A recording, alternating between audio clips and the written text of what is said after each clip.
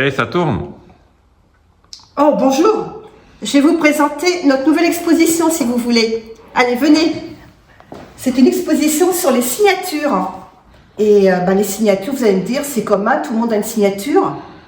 Certes, on a tous une signature de nos jours. Mais avant, c'était pas commun du tout. Vous allez voir. Ça a commencé par des monogrammes qui étaient gravés. Et donc, c'était pas vraiment une signature, c'était plus un dessin. Et c'était fait pour authentifier et identifier la personne qui le faisait. Là, nous avons l'exemple donc d'un monogramme de Charlemagne, que je trouve très joli. Vous allez me dire, c'est un peu bizarre. On voit des lettres, on voit un K, un R, un S. Qu'est-ce que c'est? Eh bien, c'était en fait Carolus. Et donc, ce sceau gravé soit dans l'argile ou dans le métal, permettait à Charlemagne d'authentifier les actes qu'il faisait. Donc là, vous avez l'explication de Carolus. Donc je vous explique. On voyait le K, et en fait, les voyelles, elles sont toutes là au milieu, elles sont concentrées là.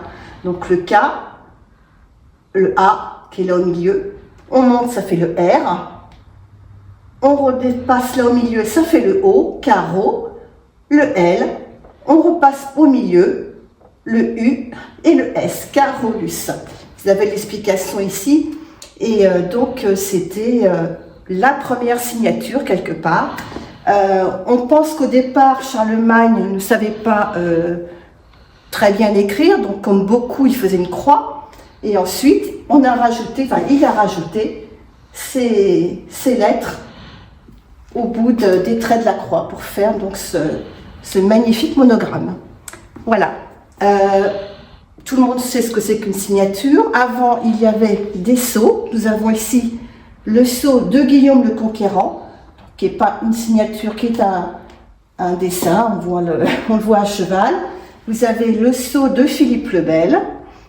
Voilà. Donc, après les sceaux, les gens ont commencé à maîtriser l'écriture et c'est devenu, au Moyen-Âge et à la Renaissance, la signature manuscrite telle qu'on la connaît. Et là, c'est devenu vraiment les marchands, les rois, les citoyens alphabétisés ont pris cette habitude de signer en bas des actes, donc pour valider et authentifier l'acte en question. Donc, vous avez l'exemple de Gilles de Gouberville, qui est donc connu dans le Val-de-Serre. C'est tiré du Chartrier de Bélanville et donc il signe en 1550 de cette façon. Après, nous allons voir des signatures de rois de France, un petit échantillon. Donc vous avez bien l'évolution comme Charlemagne, Hugues Capet, donc c'est très proche. Après, vous avez là un peu sous forme de dessin encore. Et ensuite, c'est vraiment des lettres. Donc, en fait, ils signent d'une façon manuscrite en écrivant leur prénom. Donc, François, Charles, Louis-Philippe. Voilà. Donc là, on arrive vraiment dans la signature telle qu'on la connaît et qui est vraiment un signe distinctif. Vous avez là à nouveau des signatures de rois de France qui sont tirées du Chartrier de Bélanville. Donc, vous avez Henri II.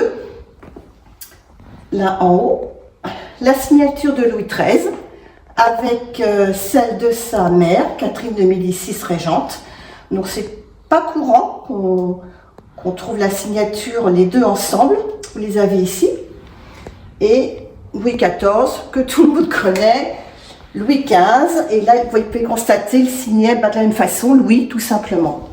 Voilà, ça c'est tiré aussi d'un chartrier, le chartrier d'Anneville, donc du Tourpe. Et là, sur cet acte, vous avez la signature de Louis XIV avec celle de sa femme, la reine Marie-Thérèse. C'est un acte de baptême, une paroisse qui dépendait de Fontainebleau, et donc c'est pour ça qu'on a les deux signatures.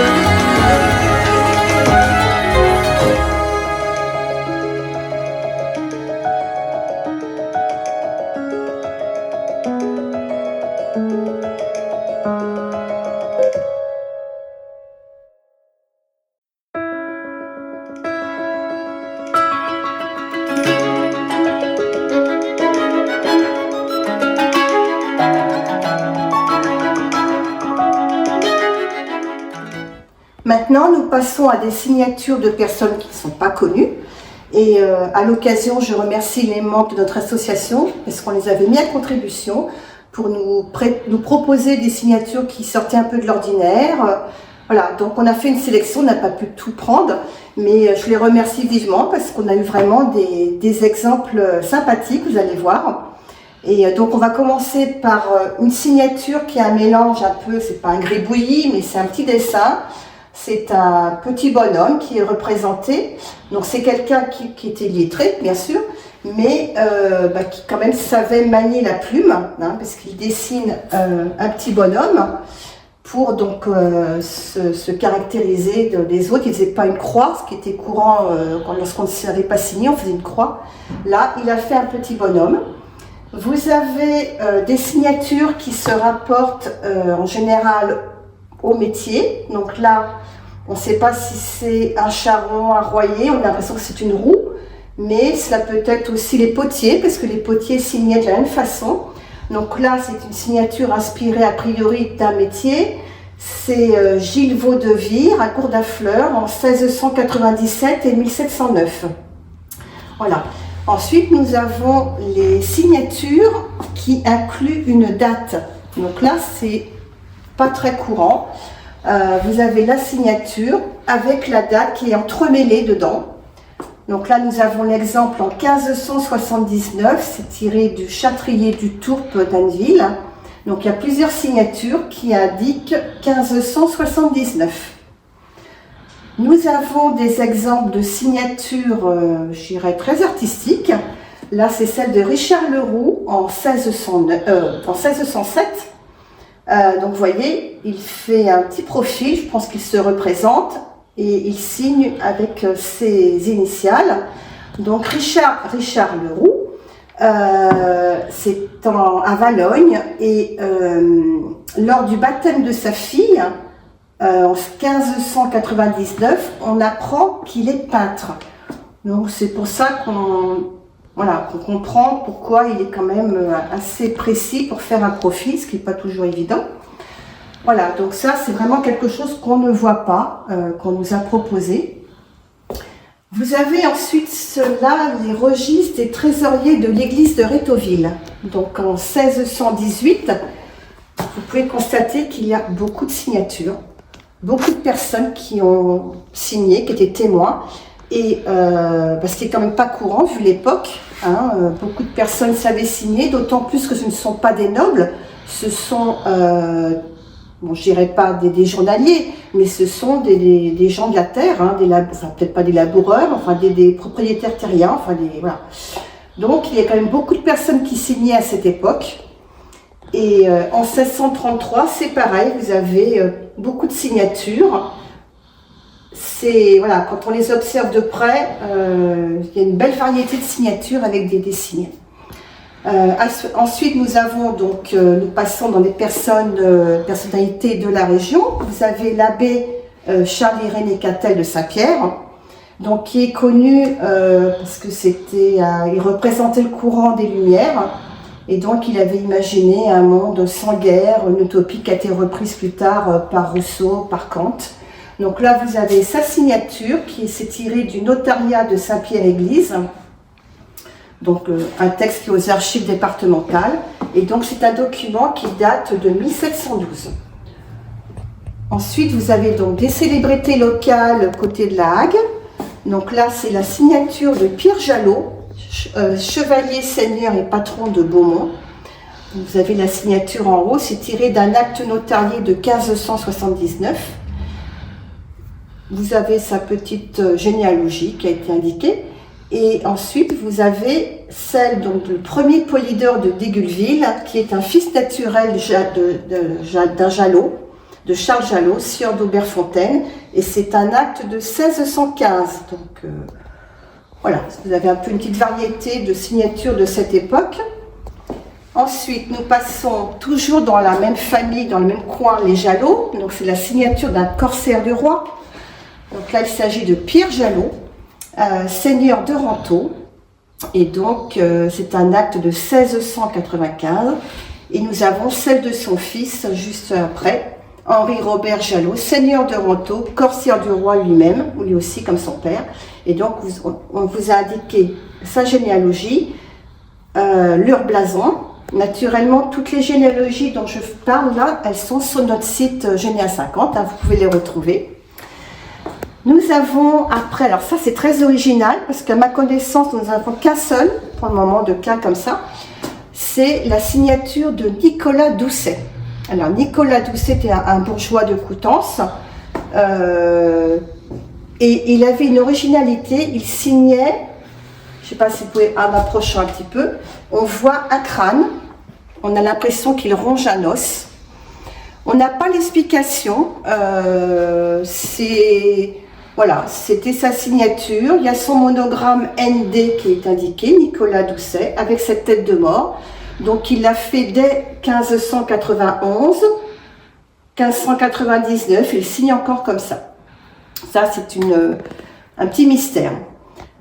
Cet acte, il est tiré des archives départementales. Tabillonnage de Coutances.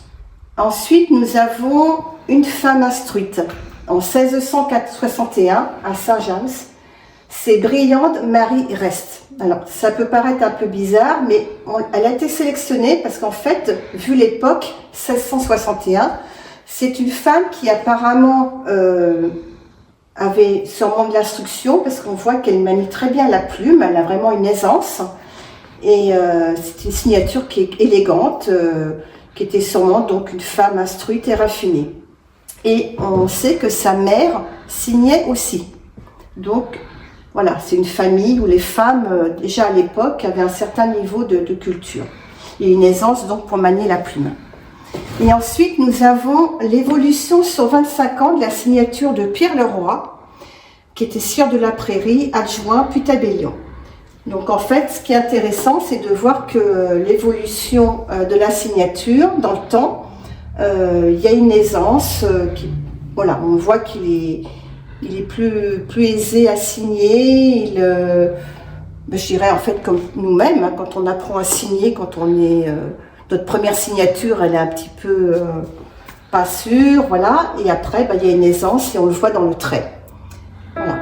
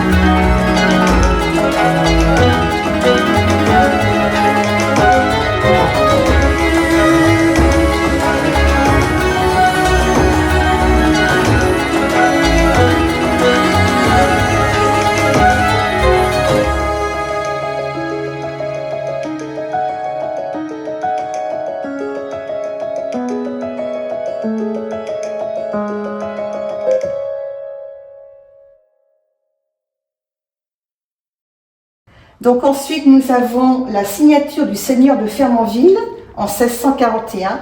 Donc, il s'appelait Pierre Davy, écuyer, seigneur et patron de Fermanville, seigneur de Sortoville, de Goubazville, enfin bon, voilà. Donc nous avons, ça vient de l'écritoire de Carneville, 1641. Donc nous avons sa signature, sa généalogie. Ensuite, nous restons toujours sur Fernandville avec les signatures des notables en 1669. Donc, comme vous pouvez le constater, c'est comme on l'a vu sur Rétoville tout à l'heure, beaucoup de personnes signent. Alors, il y a un petit peu de croix quand même. Hein, donc, il y en a quelques personnes qui ne savaient pas signer ou qui ne maniaient pas très bien encore la plume. Mais ça indique quand même que dans l'ensemble, il y a un indice d'instruction assez élevé pour l'époque. Ensuite, nous avons alors la signature du cousin manchois du mousquetaire. Vous allez me dire, qu'est-ce que c'est que tout ça? En fait, c'était le neveu de Pierre d'Artagnan qui signe Artagnan. Et donc, c'est un petit clin d'œil qu'on a voulu faire. C'est un acte qui vient de Valogne, de 1721, où il signe en effet Artagnan. Ensuite, nous avons la signature d'un mathématicien ingénieur qui s'appelait Guillaume de la Pierre, dit de la Cour. Donc, il était originaire de Montpellier. Il s'est installé à Sausminil. Il s'est établi à Valogne aussi. Il devient contrôleur au bureau du tarif, mais c'est surtout, il est connu parce qu'il nous laisse des travaux sur les églises de Valogne. Il dessinait le plan des églises, il rédigeait des notices sur les épitaphes, peignait les blasons des familles sur les vitraux. Et ce qui est intéressant pour nous aussi, c'est qu'il travaillait pour le compte de l'intendant Foucault. Et donc, il a fait le plan du théâtre antique d'Alona. Donc, Alona, pour ceux qui ne connaissent pas, c'était la ville romaine qui était, maintenant c'est Valogne, mais elle était située juste à côté de Valogne. Ensuite, nous avons de l'Esnerac. C'est une signature qui provient d'archives familiales. Donc c'était un noble écuyer, Joachim de l'Esnerac. Nous avons sa signature donc là en 1752. Les registres paroissiaux notariés ont tous disparu à Équeurdreville pendant la Seconde Guerre mondiale. Et ils ont retrouvé quelques parchemins. Et donc c'est une signature qui est sobre, élégante, avec un petit paraphe à la fin. Nous avons ensuite à nouveau la signature d'une femme. C'est le paraphe d'une Bourbon dans la Manche. C'est Marie de Bourbon, duchesse de Longueville, d'Estouteville, comtesse de Saint-Paul. Enfin voilà, elle avait beaucoup de titres. Et cette Marie de Bourbon Vendôme appartenait à l'une des familles les plus prestigieuses du royaume de France. Et en 1527, elle épouse Louis II d'Orléans. Et donc nous avons sa signature. C'est un contrat avec Vercingétorix-Cadeau et son fils seigneur d'Émévé. Je vous rappelle qu'on avait fait une petite vidéo sur Émévé, qui est en l'émission de notre chaîne, si vous voulez la visionner. On a fait une petite vidéo donc, avec l'ancien maire d'Émévé. Et on avait vu l'église, le château, voilà. Donc je vous incite à aller regarder la vidéo si vous n'avez pas vu. Ensuite, nous avons le paraphe d'un prêtre défroqué. Alors, Louis-Thomas Desplanques était donc prêtre au diocèse de Coutances. Donc on voit en effet, que c'est quelqu'un qui est lettré, qui a une aisance pour signer. Comme beaucoup de prêtres, il indique son nom et en dessous il précise prêtre. Il était né donc à 40 ans. Il a fait la connaissance donc d'une demoiselle issue de la noblesse locale. Et voilà, comme ça peut arriver des fois, ils sont tombés amoureux. Il devient maire de Saint-Cyr. Son mariage sera le premier acte républicain. Voilà. Donc, il ne gravit pas très haut l'échelle révolutionnaire et termine sans éclat sa vie politique. Puisque, bon, je pense qu'il a dû être un peu montré quand même du doigt à l'époque, parce que c'est comme à l'heure actuelle, ça ne se fait pas vraiment, un prêtre défroqué. Mais nous avons donc ici sa signature. Il meurt à Tours. Et voilà, ça c'est tiré donc du bulletin de la Société archéologique de Touraine, donc sur Gallica, vous trouvez l'acte. Ensuite nous avons plusieurs signatures de notables du canton de Saint-Pierre-Église qui datent donc de 1790 et comme on peut le voir, il y a énormément de signatures et ce qui est intéressant dans cet acte, qui est en fait tiré des registres de délibération de Saint-Pierre-Église, c'est que nous avons ici la trace du dernier seigneur de Fermanville qui a été maire. Et c'est la trace écrite qu'on a. Voilà, donc c'est ce qui est intéressant dans cet acte. Ensuite, nous avons d'autres signatures. Alors, celle-là, c'est, me direz-vous, elle est assez originale parce qu'en fait, quand on regarde l'acte, il prend ses aisances, il signe sur toute la largeur de l'acte. Alors ça, c'est un acte révolutionnaire. C'est un courrier qui est fait aux citoyens vauclins et pour l'aider à recouvrer une créance, voilà. Mais ce qui m'a amusé dans cette signature, c'est que voilà, il a pris de ses aises, il a signé de toute la largeur de l'acte. Ensuite, alors, on arrive sur le 19e siècle. La signature est une preuve légale. Elle intervient donc au quotidien dans la vie. On signe n'importe quel contrat, acte civil, transaction bancaire, acte notarié. Et donc, il y a des graphologues, des experts qui vérifient si la signature est exacte. Voilà, c'est l'évolution de la signature. Là, on va passer sur des signatures encore de quelques personnes connues. Il s'agit de la signature d'un astronome et mathématicien né à Saint-Lô, Urbain Le Verrier. Donc, Urbain Le Verrier est connu pour la découverte de Neptune. Et ensuite, en dessous, vous avez la signature de Marie Ravenel, qui était donc poétesse ici dans le Val-de-Serre. Nous l'avons lors de son mariage en 1830 et au mariage d'un de ses fils en 1864. Ensuite, nous avons l'autographe de Jules Barbet d'Aurevilly, donc qui était un dandy, qui a écrit plusieurs livres, romans, donc Une vieille maîtresse, L'ensorcelé, Le chevalier des touches, voilà. Donc c'était quelqu'un d'ici. Et pareil, Alexis de Tocqueville, le philosophe politique, donc en 1836, c'est une lettre signée à l'abbé Bouchité. Et donc nous avons sa signature ici. Et pour finir, nous avons les Shadocks. Et donc, qui étaient les créateurs des Shadocks? Pour ceux qui ne le savent pas, c'était Jacques Rouxel. Et donc, Jacques Rouxel, voici sa signature 1975. C'est un autographe. Et donc là, il a fait une autre signature où il incorpore son Shadocks. Voilà, donc c'est la fin de notre exposition sur les signatures. Juste un petit point pour finir, c'est que maintenant, nous sommes au XXIe siècle. La signature manuscrite telle qu'on l'a vue donc a évolué, est restée fort longtemps utile, mais maintenant nous passons de plus en plus sur une signature numérique. Je pense que chacun d'entre vous y a été confronté à ça, surtout chez le notaire par exemple, on ne se déplace pas, ou chez l'assureur. C'est une signature numérique. Ça s'impose comme une norme maintenant nouvelle et elle permet de signer donc à distance, de sécuriser les données et tracer à chaque étape un processus administratif ou commercial.